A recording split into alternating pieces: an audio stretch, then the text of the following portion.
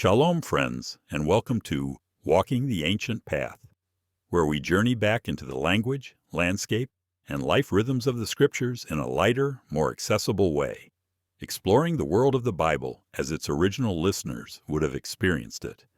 Today we'll pick up our exploration of the book of Galatians, verse by verse, and unpack each passage within the context of organic ancient Hebrew thought, formatted like a living Hebrew commentary. Let's pick up where we left off in Galatians chapter 5. Verse 18. But if you be led of the Spirit, you are not under the law. But if you are led by the Ruach, you are not under Torah's yoke. Led of the Spirit, the images of a guide taking the traveler by the hand, the shepherd walking ahead, his flock following his staff's guidance. You are not under the law. To be under Torah as a system of righteousness is to live under its heavy demands and condemnation, carrying a yoke of wood across the shoulders, bowing under its weight. Verse 19. Now the works of the flesh are manifest, which are these: adultery, fornication, uncleanness, lasciviousness. Now the deeds of the flesh are plain to see, and they are these: adultery, sexual immorality, impurity, and unrestrained lust. The works of the flesh are manifest. Paul stresses that these are obvious, not hidden, rotten fruit hanging plainly on a tree. Adultery, violating the covenant of loyalty in marriage, tearing the tent flap of trust, corrupting the household of the clan. Fornication, sexual sin outside the boundaries of covenant, drinking stolen water, bringing defilement instead of life. Uncleanness, a broad term for impurity of body, mind, or breath, mud tracked into the sanctuary. Lasciviousness, excessive, shameless indulgence in lust, a wild beast breaking through the fence and trampling the field without restraint. Paul's thrust here is that these are not abstract vices but concrete behaviors that reveal when human nature, not Ruach, rules the life. Verse 20. Idolatry, witchcraft, hatred, variance, emulations, wrath, strife, seditions, heresies. Idolatry, sorcery, hatred, quarrels, jealousies, outbursts of anger, rivalries, divisions, factions. Idolatry, bowing to lifeless images or false powers, bending the knee to wood and stone, trading the living spring for cracked cisterns. Witchcraft, sorcery, using potions, charms, or occult practices to manipulate power, dark smoke rising from hidden fires, symbolizing a desire for control outside of Yahweh. Hatred, deep hostility, a sharpened spear always ready, even among clan brothers.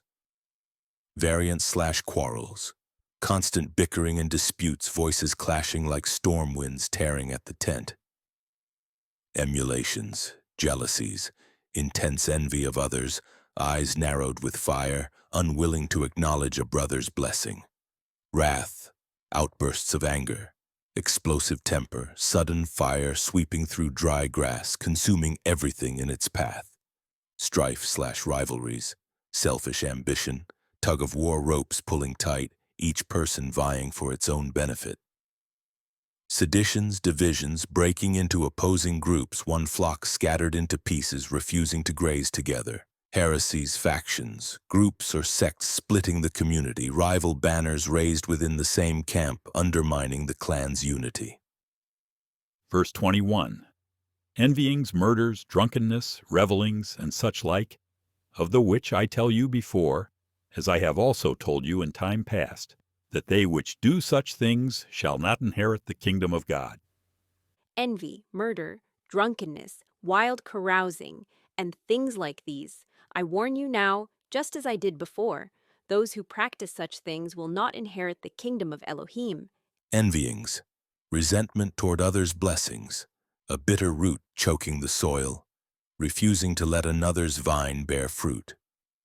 Murders, the ultimate result of hatred, raising a hand against a brother, covering the ground with innocent blood like Cain did.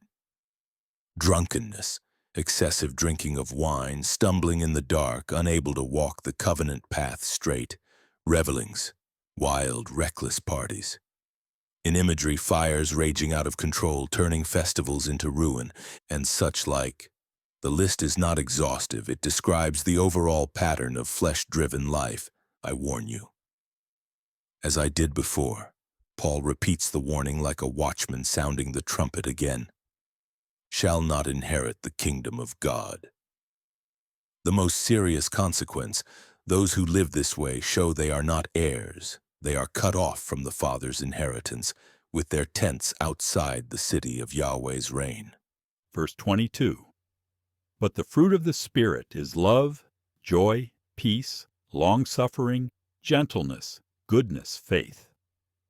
But the fruit that grows from the Ruach is love, joy, shalom, patient endurance, kindness, goodness, and trust. The fruit of the Spirit. Paul shifts metaphors. The works of the flesh are human deeds, but the fruit of the Ruach is organic growth. The vine naturally bears fruit when rooted in Yahweh's life breath. Love, ahava, the covenant bond, loyal and self-giving, the strong cord tying hearts together. Joy, deep gladness that isn't dependent on circumstances, laughter in the tents after rain falls on the dry land. Peace, shalom, wholeness, harmony, the camp at rest, every man under his vine and fig tree unafraid. Long-suffering of impatient endurance and willingness to endure hardship without giving up. In imagery, an ox steady beneath its yoke, plowing patiently through stones. Gentleness, kindness, tenderness toward others, the shepherd's hand stroking a bruised lamb, not striking it. Goodness, active generosity and moral beauty. A tree with branches bent low, freely offering fruit to passers-by.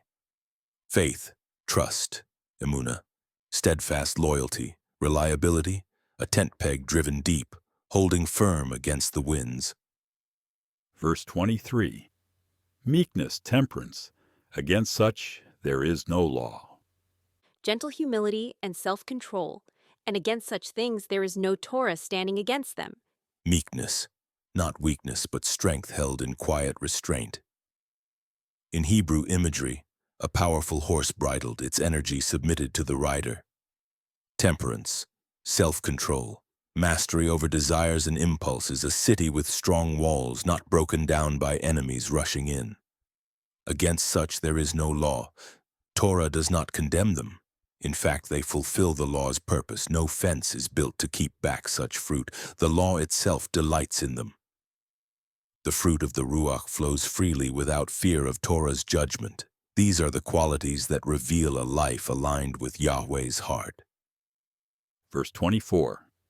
And they that are Christ's have crucified the flesh with the affections and lusts. Those who belong to Messiah have nailed the flesh, with its passions and cravings, to the wooden stake. They that are Christ's. Identity is covenantal, those who dwell under his tent, marked with his name, pledged to his household. Have crucified the flesh. The flesh is not coddled or tolerated but put to death, the old self chained to the tree left behind to die. With the affections and lusts, not just flesh in general but its driving impulses, the wild beast of desire tied down, its rule ended at the stake. True belonging to the Messiah means a decisive break with the flesh's rule. The cross is not only his death but also the place where our old life is put to death. We'll pause here and continue in our next episode. If you listeners have areas of interest you'd like to explore further, questions, or comments, please don't hesitate to let us know.